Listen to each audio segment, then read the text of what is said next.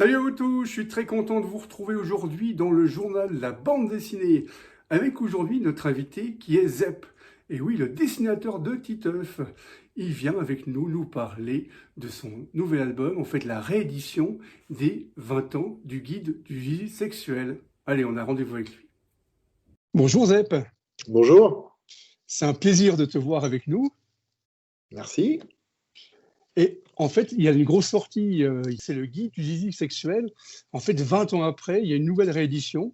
On Mhm. peut dire qu'avec Hélène Brulaire, vous avez en fait révolutionné l'univers du guide pour les enfants. Écoute, ouais, en tout cas, ça a été, enfin, révolutionné, non, mais ça a été, c'est devenu un classique, quoi, dans l'éducation sexuelle. Et justement, je pense parce que ça ressemble pas tellement à un manuel d'éducation sexuelle et plus à un album de Titeuf. Et c'est vrai je pense qu'il y a 10 ans, on n'a pas tellement envie de s'acheter un manuel scientifique d'éducation sexuelle. On a plutôt envie de s'acheter un manuel qui est rigolo, enfin, qui ressemble à un truc bourré d'infos et plutôt marrant que éducatif et pédagogique. Mais c'est vrai que c'est génial parce que les enfants, ils rentrent dans cet album-là. Et en même temps, je dis que c'est la révolution parce qu'il n'y a pas eu d'album en bande dessinée qui parlait du sexe autrement. Alors ça, je peux pas te dire. Il y a eu plein de trucs qui ont été faits, mais je pense qu'il y a une espèce d'état de grâce sur ce guide qui était le bon équilibre entre le truc éducatif et le truc rigolo. Et nous-mêmes, on a été surpris du succès, tu vois, parce que quand il est sorti, bon, c'était pas une sortie gigantesque, quoi. Il est sorti, je ne veux pas dire discrètement, mais en tout cas beaucoup plus discrètement qu'un album de Titeuf de BD.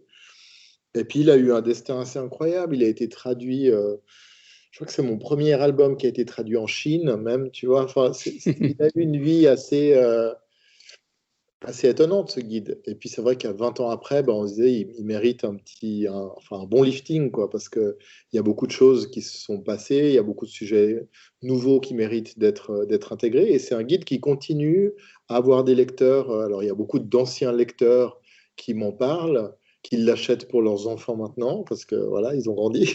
Mais, mais c'est un livre qui continue à être lu par des tout jeunes, donc ça vaut la peine de faire des mises à jour. On aurait dû le faire avant d'ailleurs. Mais c'est vrai que c'est génial parce qu'on se plonge dans l'album de Titeuf, mais différemment, parce que là, on parle du sida, du préservatif, et en même temps, dans la nouvelle réédition, on parle du transgenre aussi, et du harcèlement. Ouais, du consentement. On parle beaucoup d'Internet aussi, parce que quand on a sorti le guide, Internet en France, c'était vraiment la préhistoire. Et aucun enfant avait Internet, parce qu'en fait, Internet, c'était que sur les ordinateurs, mais c'était pas sur les téléphones encore. Maintenant, ils ont tous accès à Internet, donc à tous les sites porno possibles. C'est difficile d'y échapper vu que la moitié de ce qu'il y a sur Internet, pratiquement, c'est de la pornographie. Donc, il y a 20 ans, on pensait qu'un enfant qui était confronté à de la pornographie, c'était un traumatisme énorme. Aujourd'hui, on est un peu revenu de ça. On se dit, OK, c'est pas si grave. Mais par contre, si son seul éducateur, c'est ça, bah, c'est important de lui dire autre chose. C'est important de raconter autre chose autour de la sexualité parce que c'est quand même un petit peu stressant quand on a 8 ans ou 10 ans et qu'on voit YouPorn et qu'on se dit que c'est ça qu'on va devoir faire. Et c'est vrai que c'est très bien ce que vous avez fait parce qu'on apprend qu'on a le droit de dire non. C'est vrai Mhm. qu'on parle de pédophilie, du harcèlement. Et c'est vrai qu'en même temps, ben, pour les enfants qui subissent ça, aussi bien pour les ados qui n'osent pas en parler grâce à votre bouquin, ils ont les réponses en fait à tout. En même temps, qui est-ce qu'ils peuvent contacter? Donc c'est vrai que c'est assez intéressant par rapport à ça. Mhm. Ouais, ouais, je trouve que le texte, là, Hélène, elle a fait vraiment un texte qui dit bien les choses par rapport au consentement, qu'un oui doit vraiment être oui. Et on sait à quel point c'est dur à cet âge-là, quand on est pré-ado.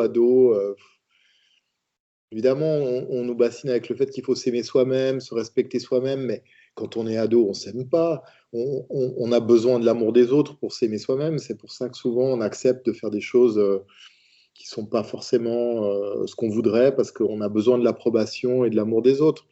Et c'est pour ça que ce sujet du consentement, il est aussi délicat et aussi important, et qu'il y a tellement de gens après coup, adultes, qui se rendent compte qu'ils ont fait des choses qu'ils voulaient pas vraiment faire, quoi. Et c'est vrai que ce que j'ai beaucoup apprécié dans en fait, la réédition, c'est qu'on parle de transgenre, on parle en fait des enfants de tous les jours, de maintenant, qui n'avaient pas forcément il y a 20 ans en arrière. Mhm. Ouais, ça, c'est clair que c'est un nouveau vocabulaire et c'est vachement bien parce que pour des enfants qui ressentaient ces choses-là, qui ressentaient ces troubles d'identité, ben maintenant ça a un nom. Ils peuvent mettre des mots dessus, ils peuvent contacter d'autres gens qui ressentent les mêmes choses. Enfin, il y a une histoire, ils savent déjà comment s'appelle ce qu'ils ressentent, et puis ça devient un sujet dont on peut parler, alors qu'avant c'était vraiment un tabou. Et enfin, c'est terrible, hein, c'est des taux de suicide qui étaient assez importants chez les adolescents qui vivaient ces troubles identitaires sexuels, qui tout à coup se sentaient d'un autre genre. Comme le fait de ne pas pouvoir en parler, de ne pas mettre des mots dessus, c'était des situations de détresse terribles. Alors, ça l'est toujours, hein, mais le fait que ça devienne moins tabou, heureusement, je pense que leur vie est un petit peu moins difficile qu'avant. J'espère en tout cas, j'espère qu'on y contribue. Et en 20 ans, tu as eu aussi toi des enfants. Est-ce que tes enfants sont aussi plongés dans le guide comme nous? Bah écoute, j'imagine, moi je leur ai donné le guide à tous.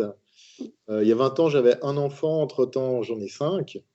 Ils l'ont lu et souvent c'est plus facile d'ailleurs de, pour eux, je pense, d'aller pêcher des informations dans le guide que de nous en parler frontalement. Ils n'ont pas forcément envie d'en parler avec leurs parents, même si on parle assez librement de sexualité à la maison. Euh, on ne sait jamais vraiment où ils en sont, en fait. C'est ça qui est compliqué quand on est parent. C'est qu'on arrive et on dit un truc à nos enfants, on dit, écoute, maintenant, il faut qu'on parle du préservatif. Et soit on tombe complètement trop tôt et ils nous regardent horrifiés, soit on tombe complètement trop tard, puis ils nous disent, mais papa, détends-toi. Enfin, ça fait longtemps qu'on utilise des préservatifs.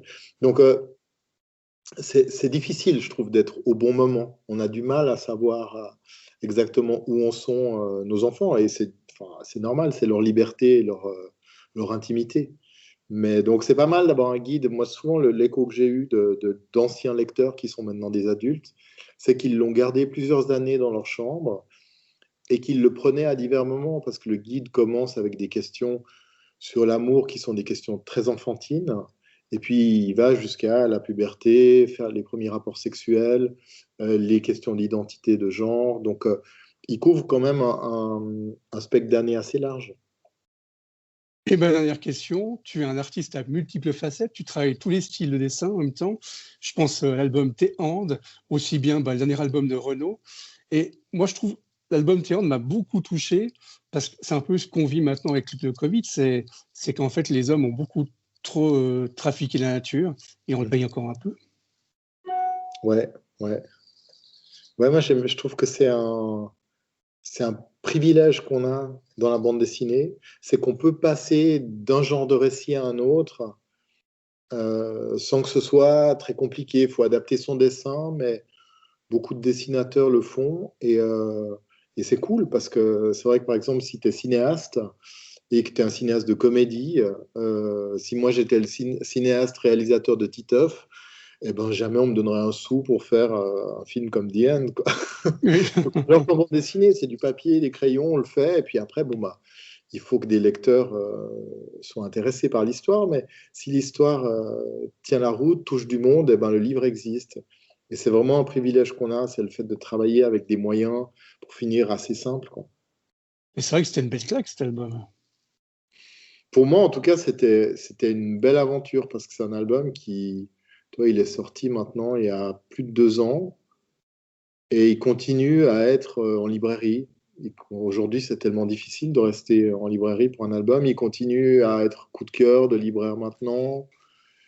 Et je pense qu'il touche aussi un public qui n'est pas forcément que le public de bande dessinée, qui est un public de gens qui se posent des questions par rapport à toute cette problématique de comment, ce que tu dis, comment on manipule la nature, quelle place on a pour finir sur cette planète.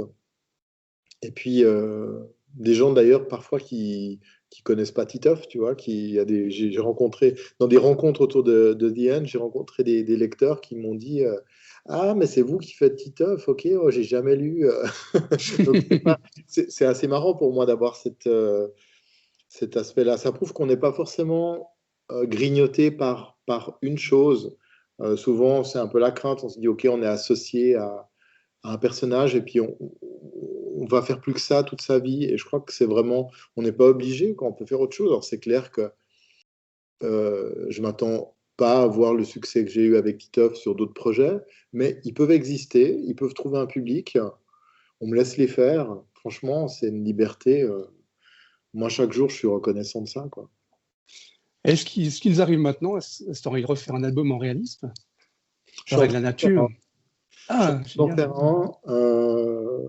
Je suis en train de faire 2 albums en même temps, un Titeuf et un album réaliste d'anticipation sur une histoire qui se passe dans 100 ans. Et j'adore passer de l'un à l'autre comme ça. Je trouve que c'est tellement... tu sais, on fait un métier qui est très... on passe notre journée à faire des petits dessins.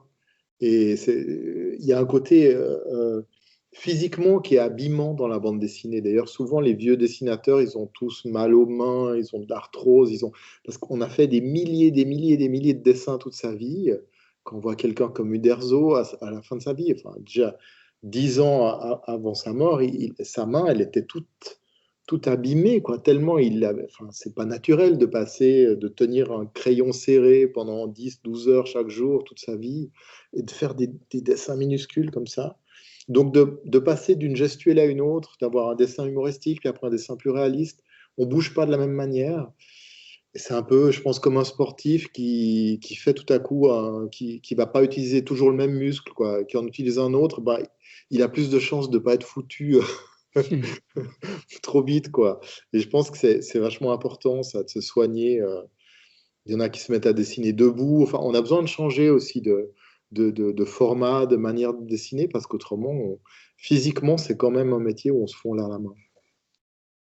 Super. Je te remercie beaucoup de nous avoir accueillis chez toi et puis de nous avoir accordé un peu de temps. Avec plaisir. Et puis, à tout bientôt en live. À bientôt. Salut, Sal. Super. Merci beaucoup. Ciao, ciao. Merci à toi. I will take you far.